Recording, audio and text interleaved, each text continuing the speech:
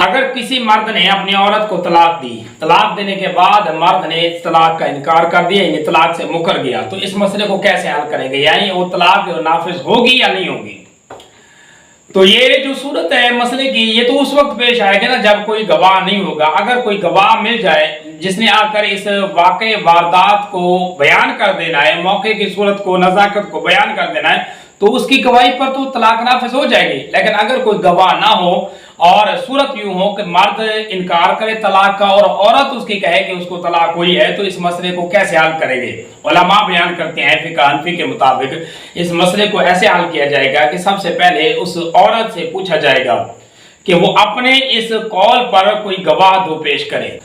अगर वो गवाह पेश कर देती है तो तलाक नाफिज कर दी जाएगी, मियाँ बीवी के दरमियान तफरका पैदा कर दिया जाएगा, ये तलाक को राज कर दिया जाएगा।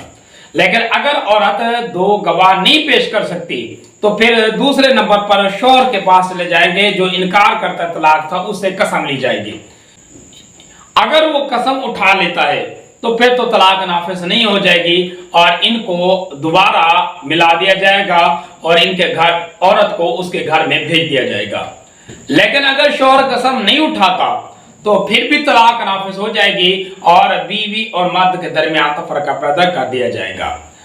और याद रखें इतनी बात में, अगर वाकई ही औरत ये समझती है, औरत को पक्का हकीकत हाल या तो वो मर्द जानता है या औरत जानती है, कोई और तो तीसरा है नहीं। हकीकत ये है कि उस मर्द ने तलाक दिया, तलाक देने के बाद उसने इनकार कर दिया, खुद जानबूझ के मुकरा हुआ है और औरत को पता है इसका, तो औरत कानून के मुताबिक, ज़ाब्ते के मुताबिक तो उसके घर में चली जाएगी जिसने कसम भी उठा ली, हालांकि उसने झूठी कसम अगर उठाई है तो। लेकिन इस औरत पर यह लाजिम होगा कि बाकी सारे मामलात उस घर के करेगी, लेकिन उस शौहर को अपने ऊपर कुदरत नहीं देगी। यूं मसला ये हल कर दिया जाएगा।